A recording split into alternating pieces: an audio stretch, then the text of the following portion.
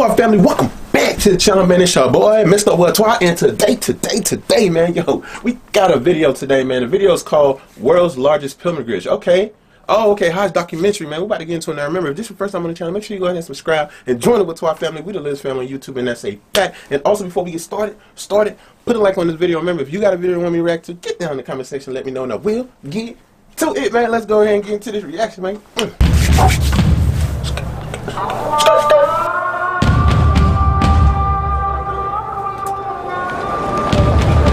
3 in the morning on Mecca, and this is about as quiet as it gets.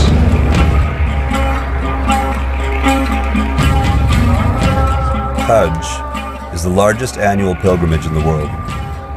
It happens in Mecca, Saudi Arabia, and for Muslims it's a requirement that you have to do once in your lifetime. The Saudi government estimated that last year there were over 3 million pilgrims who attended, but the unofficial number is much higher. My parents are originally from Lahore, Pakistan. They're practicing Muslims, and last year they decided it was time for them to perform Hajj. So I went with them to help them with their journey, but also for myself as well. It was the first time for all of us. And I didn't go thinking I was going to make a VBS documentary. I just took the smallest handycam we had in the office and literally shot from the hip. You're not allowed to shoot in most of the holy places, so this is the footage I managed to sneak out.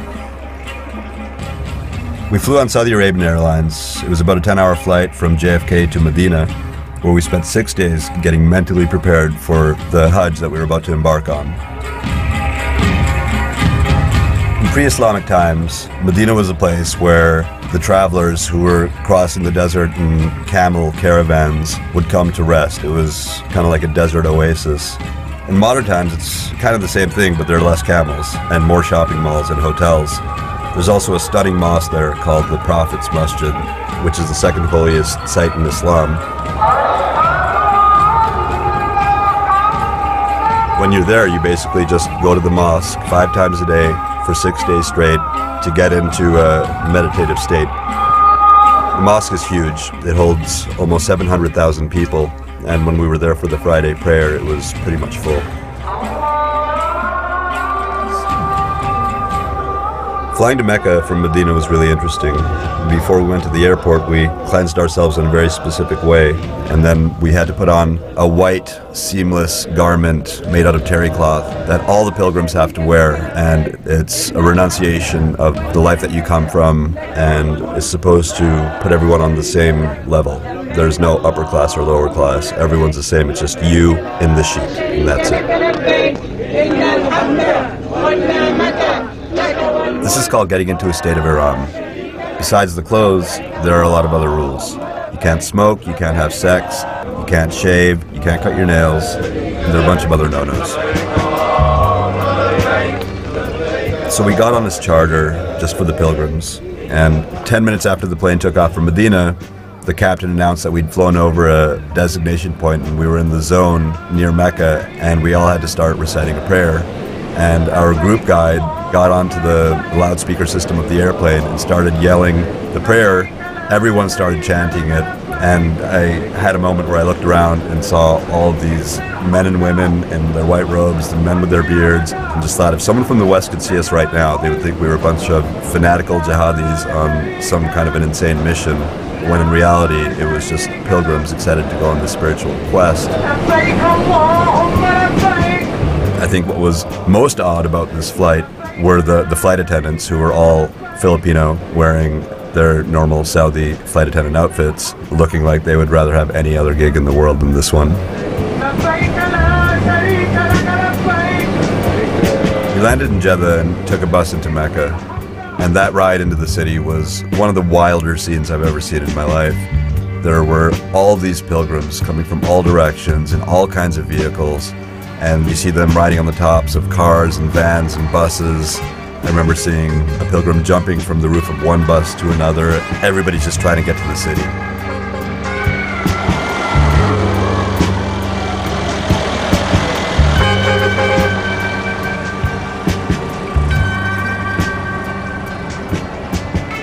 Mecca is not a very big city, and during the year it's a relatively mellow place, except during the week of Hajj. The city completely transforms And half the challenge of completing your Hajj is getting all these rituals done in a very strict timeline, dealing with the fact that there are about 3 million other people there trying to do the exact same thing at the same time. After we checked into our hotel in Mecca, we walked towards the Grand Mosque, which is also known as the Masjid al-Haram. It's the holiest place in Islam, and it's a massive structure. This mosque can hold upwards of 4 million people with its outdoor and indoor space, which during Hajj is technically the largest gathering of people in the world at any given time. This mosque is what Muslims pray towards from all over the world. And as you're walking towards it, you feel the anticipation build. People have been waiting their whole lives to come to this place. And once you enter the mosque, then you see the Kaaba. The Kaaba is a black box in the center of the Grand Mosque, and it was built around 2000 BC. And people have been praying towards it since before Islam started. And when Prophet Muhammad finally showed up, he cleaned up the place, got rid of all the idols that the pagans had been worshipping, and reordained the building as the house of God.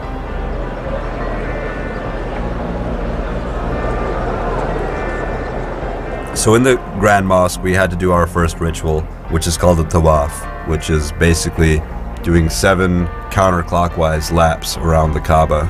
And it's kind of like being in a mosh pit with hundreds of thousands of people.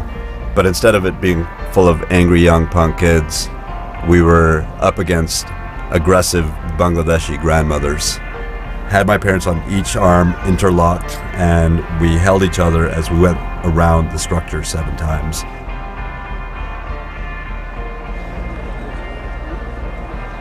You're staring at the Kaaba. It's a very intense and heavy vibe.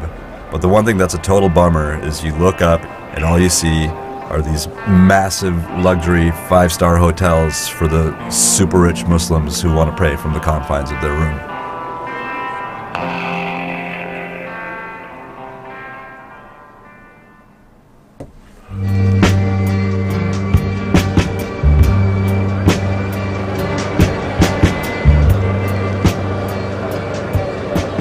After running around the Kaaba 7 times, you have to do a bunch of other rituals in order to complete your Hajj. You have 5 days to get it done, and it's kind of like being on a scavenger hunt. You have a checklist, you have to be smart, and you have to use strategy in order to make this happen on schedule. You have to do the sa'i, which is walking and running back and forth between 2 hills. Back in the day, it used to be outdoors, and now it's been turned into an indoor structure with 2 very, very long corridors. You have to spend a day at Mount Arafat. It's where the Prophet delivered his last sermon from, and you spend the day in prayer and contemplation, and you beg for forgiveness for all of your sins. It's a very important day, and after spending the majority of it in a tent, I walked out and went in the direction of the mountain, and I walked through this wild scene with people everywhere, camped out with their animals.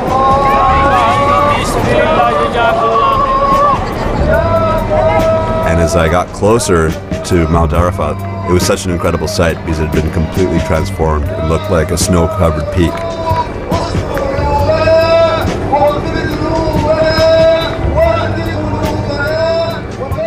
Our tour group operators, before we went on this trip, gave us some guidelines, and the last point on this sheet said, be patient, be very patient, be very, very patient. I fully grasped the meaning of this when we had to take a 3-kilometer bus ride, and it ended up taking 8 hours. It was the middle of the night, and we had to collect stones. It was one of our rituals in a place called Muzdalifa, and so we got off the bus, we navigated our way around sleeping bodies all over the ground, found the stones, and then it was time to pray, and so we just threw the prayer rugs down on the side of the highway and hit the mats. Parents again, praying on the side of a highway next to our bus. Next to people sleeping. Kind of feels like we're on Mars right now. On some level, it's a beautiful scene.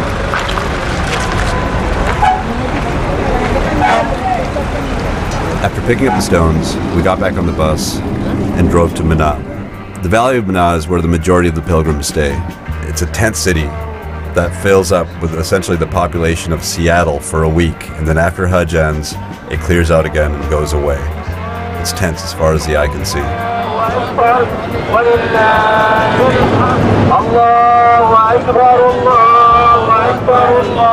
From Muzdalifah, we arrived in Mina, and that's where we had to stone Satan.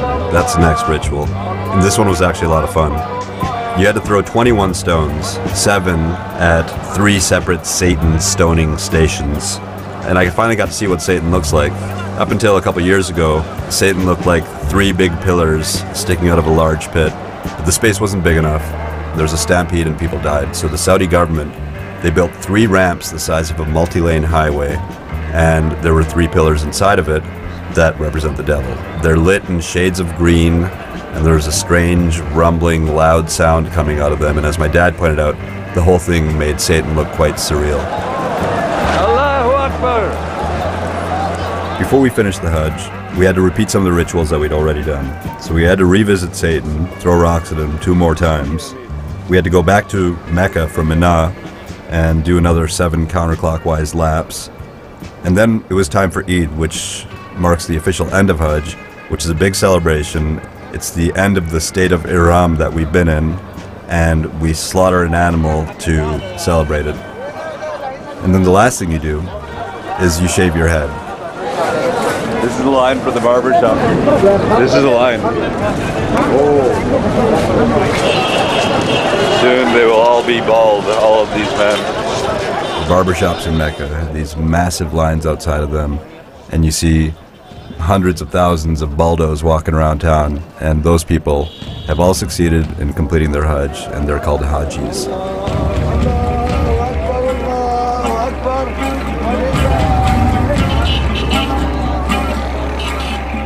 Dealing with the Hajj every year is a huge logistical challenge for the Saudi government, to the point where they've actually set up a ministry of Hajj.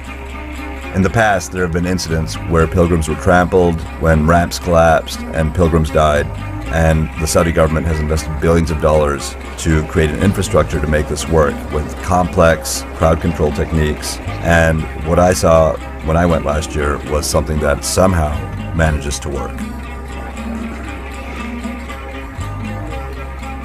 But it kind of goes without saying that bringing 3 million people into such a small place is going to bring up some complications. There's a bit of a dark side. This many people in such a small place, it really gets unwieldy. And despite the Saudi government's best efforts to deal with this profound logistical challenge, the bottom line is that there are too many people, and people need things. They need places to sleep, they need food, they need toilets. And the poor people who were there, you see them basically camped out on the side of the road for days on end. It really felt like Mecca was maxing out by the end of Hajj, and the whole scene starts looking and feeling rather apocalyptic.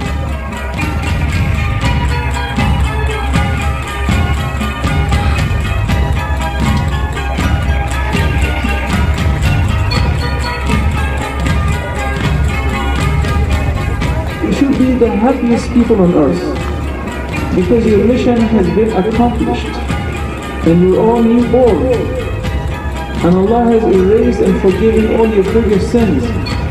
This is reality, it's not a dream anymore. No matter where all these people come from, no matter what they do, and no matter how rich or poor they might be, during this pilgrimage to Mecca, it felt like everyone was just the same. It was unlike any place I've ever been, and unlike anything I've ever experienced. I was there, standing amongst millions of people. I was there with my family, but on some level I felt like I was all alone, on a personal trek. And everyday life felt like it was hundreds of thousands of miles away. We flew back to New York. We landed in the morning, and I went straight back to the Vice offices, which may not have been the wisest of ideas. I felt like I'd been catapulted from one end of the universe to the other.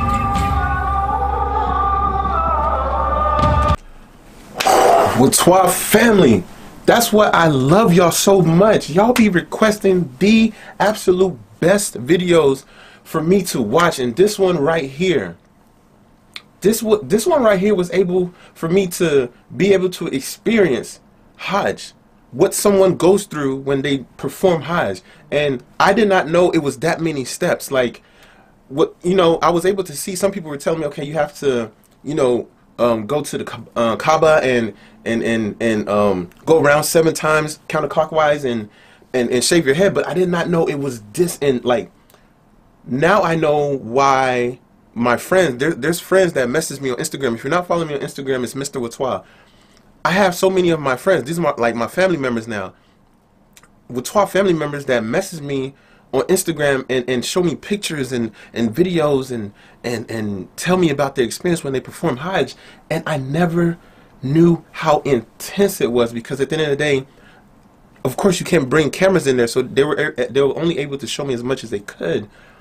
And a lot of them were with their families, you know, so it was more of a personal time. And I want to thank the Watwaa family members that have sent me videos and pictures of them performing Hajj. I really appreciate that, and thank you so much for, you know, sharing your experience with me. And for me to watch this documentary right now lets me know why after you perform Hajj, why you feel so like reborn, because after you go through all of these and perform all of these tasks, it does make you more closer to your religion. Like something like this, I feel like if like after you get done doing this, there's no way that you don't feel one with your God.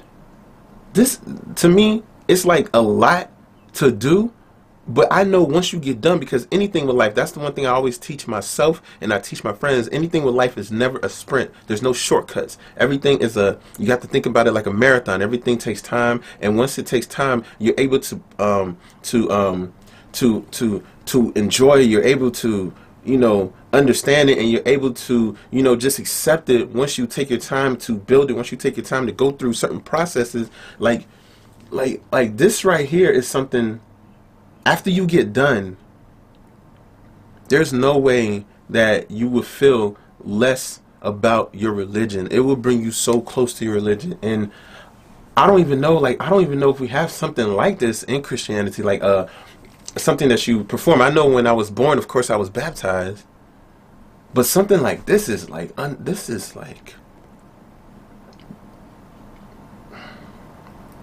now I know why. Like my friend, I'm not gonna say his name on camera because it's, you know, it's my friend, and every time me and him hang out, I understand why he's so pure-hearted. Like with me, I only like my friends, I only hang out with people that are good-hearted, you know, people that want to see the best in you. So I understand why he's so pure-hearted. Like this dude is the best dude like I've ever met in my life, the best friend that you can ever have. And you know, he's Muslim and I'm a Catholic, I'm Christian, and we've came together, and we, like, me and this dude been so tight for so long. And I understand why me and him mesh, because he has a good heart and he already completed his Hajj. And it makes sense why everything he does, he always makes sure he thinks, and he always makes sure, is this going to be good for the other person, and also is it going to be good for himself? Because he's never selfish with anything. Like, anything you want, what's mine is yours. He would take his own spoon, give it to you. You know, even I learn from him and he learns from me. What's my family? My mind blown, man. Just off of watching this, man. Off of watching this, I was able to, it felt like yo, man. Shout out to Vice, the people at Vice. It said this was the I guess the founder or the CEO of Vice. Yo, thank you so much. I'm sorry I don't know your name, but thank you so much for making this video for you know, Muslims and non-Muslims to be able to experience this, because I felt like I was there going through it, and the images he was showing, like he was showing the good and he was showing the bad. Because with me, I want to see the bad, I want to see the ugly, I want to see the bad and ugly, and I want to see the good. You know, so he showed how people were coming, and some people were poor, and they were actually sleeping on the ground. If you don't love your own religion that much to sleep on the ground, bro, you love your religion, bro, for real. And all the tasks you had to do with the, I didn't even know you had to take the rocks and throw it at the devil. Like, these are things I didn't even know with Tawaf family. I thought you guys were telling me a lot. Like, I learned so much from this video. I'm about to watch this video again. With Tawaf family. Oh my gosh, I've been talking so long, man. This video about to be too long. I'm sorry. Whenever I get good videos like this, especially from with Tawaf family, like, I get so into it. You know what I'm saying? It's your boy, Mr. Tawaf. Get down in the comment section. Let me know what you think about the video. Also, if you got a video you want me to react to, get down in the comment section. Let me know, and I will get to it. Also, if you haven't already subscribed, make sure you go ahead and subscribe and join the With Tawaf family. We're the latest family on YouTube, and that's a fact. And also, before you leave the channel, put a like on the video. Remember, I will see you tomorrow. Why? Because I post videos every day. So please take care. Stay safe. What?